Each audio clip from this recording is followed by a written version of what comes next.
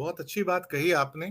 मैं स्वयं भी एक्चुअली हिंदू शब्द यूज नहीं करना चाहता था टाइटल में, लेकिन मुझे मजबूरी में इसलिए यूज करना पड़ा वहां पर कि वो बाहुबली भी अब बट गए हैं। वो भी अब उनका भी धर्म हो गया है, कोई हमारे धर्म वाले, कोई उनके धर्म वाले। क्या कहा जाए इसके लिए। मैं जिगर भाई आपके पास आता हूं, फिर दिलीप जी के पास आऊंगा। क्या वास्तव में स्थितियां इतनी खराब हो गई हैं कि अब बेटियां गुहार लगाएं तो कोई सुनेगा नहीं।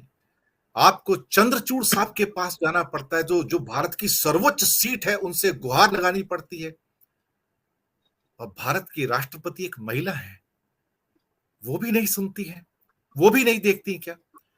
कई भारत के ऐसे राष्ट्रपति हुए हैं जो बहुत एक्टिव रहे हैं और उन्होंने इन चीजों का संज्ञान लिया है और सरकार से कहा है कि आप इनकी ओर ध्यान दीजिएगा। पर अभी कुछ हमारे महामहिम ऐसे आ रहे हैं, वो बिल्कुल कुछ कहते ही नहीं है। वो किसी की बेटी है राष्ट्रपति, जिसको कि प्रोजेक्ट किया जाता है कि एक दलित की बेटी है, तो क्या वो इन बेटियों का दर्द नहीं समझती? वो क्यों नहीं संज्ञान लेती इसका? अनुराग ठाकुर जो कह रहे हैं कि मैं यात्रा करके आया हूं, थक गया हूं, अनुराग ठाकुर कर क्या सकते हैं? उनकी हस्ती क्या है? कुछ नहीं है। ब्रजभूषण के सामने कुछ नहीं है, मैं आपको बताऊं, क्योंकि उनको तो प्रश्रय मिला हुआ है प्रधानमंत्री जी का। तो फिर क्या होगा इसके अंदर? जिगर जोशी साहब, आपकी टिप्पणी। बिल्कुल सर, देखिए मैं सबसे पहले तो प्रोफेसर साहब ने जो बताया उससे बिल्कुल 100% सहमत हूँ कि ये बिल्कुल कोई मामला ये हिंदू मुस्लिम का या कोई भी नात जात का, धर्म का या संप्रदाय का नहीं है। ये मामला सिर्फ और सिर्फ सत्ता का है। सत्ता का मामला इसीलिए है क्योंकि आप देखिए कि हल्के मोटे तौर पे कहीं ना कहीं हर एक पार्टी के वहां कोई ना कोई बाहुबली जरूर होता है। अब मैं आपको, जैसे आपने एडीआर का रिपोर्ट का उल्लेख किया, आपने बताया जो आंकड़े, उस हिसाब से अगर आप देखिए तो हमारा जो पिछला अभी का जो पूरा मंत्रिमंडल है बीजेपी का, एनडीए सरकार का, उसके अलावा सारे एमपी एमएलए आप मिला लेंगे पूरे भारतवर्ष में, तो आपको हर एक पार्टी में एवरेज कम से कम 32% से 42% के बीच में आपको बाहुबली मिलेंगे। और उसमें भी कम से कम 17-18% ऐसे मिलेंगे जो जघन्य अपराध में लिप्त है। हर एक पार्टी, चाहे 2000 से ज्यादा पॉलिटिकल पार्टी है, हर एक पार्टी में आपको मिल जाएंगे जिसके ऊपर 2 केस है, किसी के 5 है, किसी के 7 है, किसी पर 12 केस है, किसी पे 30 केस है। ये एक बहुत स्पष्ट बात है जो हमारे समाज में है। अब सबसे बड़ा जो इश्यू है वो ये है कि आज की तारीख में अब जो सरकार है वो उनको कुछ ज्यादा ही प्यार कर रही है। ये हमें 9 वर्षों से दिखने लगा है और अब लोगों को समझ में आ रहा है। शुरुआत में ये समझ में नहीं आ रहा था। तो अगर हम इसको आज की सरकार और पहले की सरकार के बीच में अगर कंपैरिजन करें तो हमें आसमान जमीन का अंतर बिल्कुल दिखता है। और वो इसलिए स्पष्ट दिखता है क्योंकि ना इनके मंत्रिमंडल से कोई जो लेडी, जो नेता है, जितनी सारी महिला है, चाहे निर्मला सीतारमण जी हो जो हमेशा बोलती रहती है, कुछ ना कुछ मुद्दों पर डिस्कशन या डिबेट्स करती है या इंटरव्यूज देती रहते हैं, स्मृति ईरानी जिनको हम सब जानते हैं कितनी जबरदस्त तरीके से बोलने में माहिर है, पर वो जब बोलती है तब उनके पास सिर्फ 3 वाक्य होते हैं, चाहे पूरे देश का कोई भी मुद्दा हो, उनके पास 3 वाक्य सिर्फ यही होते हैं। अमेठी के अंदर मैंने राहुल गांधी को हरा दिया, राहुल गांधी को वायनाड भगा दिया और कांग्रेस के ऊपर हमने विजय प्राप्त की। ये 3 वाक्यों के अलावा और कोई चौथा वाक्य वो कभी नहीं बोलती। ये जो विडंबना है वो इसी वजह से हुई है कि आज की तारीख में बेटियों को खुद बाहर आकर इस लेवल पे लड़ना पड़ रहा है क्योंकि सिस्टम पूरी चरमरा चुकी है। इतने सारे दागी विधायक आ चुके हैं और ये इसीलिए आए क्योंकि उनको सरकार की शय मिलती है। शय मिलती है इसलिए बिल्कुल स्वाभाविक सी बात है कि सरकार को ये पसंद है ऐसे लोग, क्योंकि उन्हीं की वजह से वोट कहीं ना कहीं खींचकर आ सकते हैं। पहले जैसे जब ईवीएम नहीं थे तब बूथ कैप्चरिंग होते थे, तब भी बाहुबलियों का बहुत बड़ा हाथ था बूथ कैप्चरिंग में। आज की तारीख में ईवीएम है तो पूरे जहां पर जो भी जगह पे वोटिंग वगैरह होती है तो वहां पूरे सिस्टम को कैसे हैंडल करना वो बाहुबली अच्छी तरह जानते हैं। लोगों को कैसे डराना, एडमिनिस्ट्रेशन से कैसे काम लेना, पुलिस के साथ कैसे काम लेना, जुडिशरी के साथ कैसे काम लेना, वो भी बाहुबली के लिए दो बात का खेल है, उनके लिए कोई बड़ी बात नहीं है। ये सारी बातें कुल मिलाकर हम देखें तो ये बात बिल्कुल साफ स्पष्ट है कि आज की तारीख में सरकार में बाहुबलियों को शय दी जा रही है, उसमें कोई दो राय नहीं है।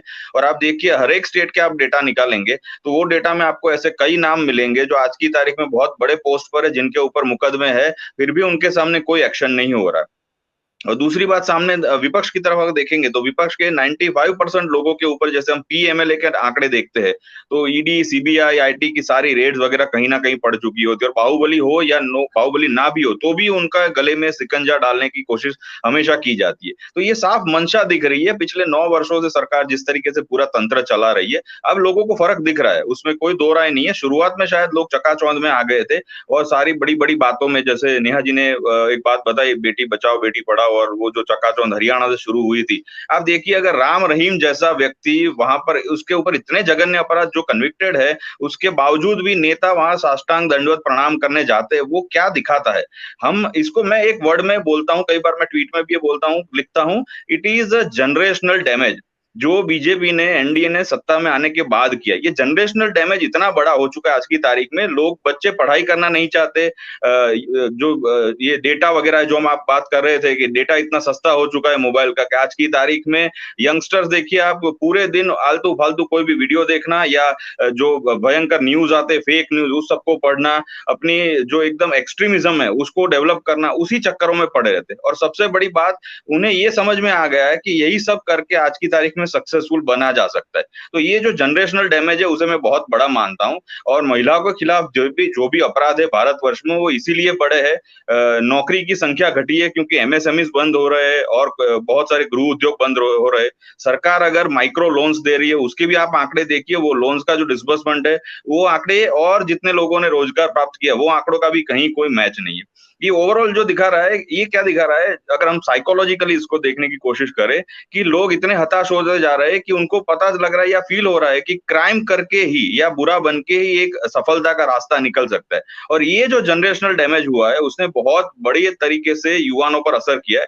और एक बात कहकर अपनी बात खत्म करूंगा, अतीक अहमद को गोली मारने वाले 3 लोगों की आप आयु देखिए, वो 18, 20, 22 साल के लड़के हैं। ना कोई वो एस्टैब्लिश शूटर है, ना कोई बड़े गैंग के मेंबर है, क्या है वो हम भी नहीं जानते।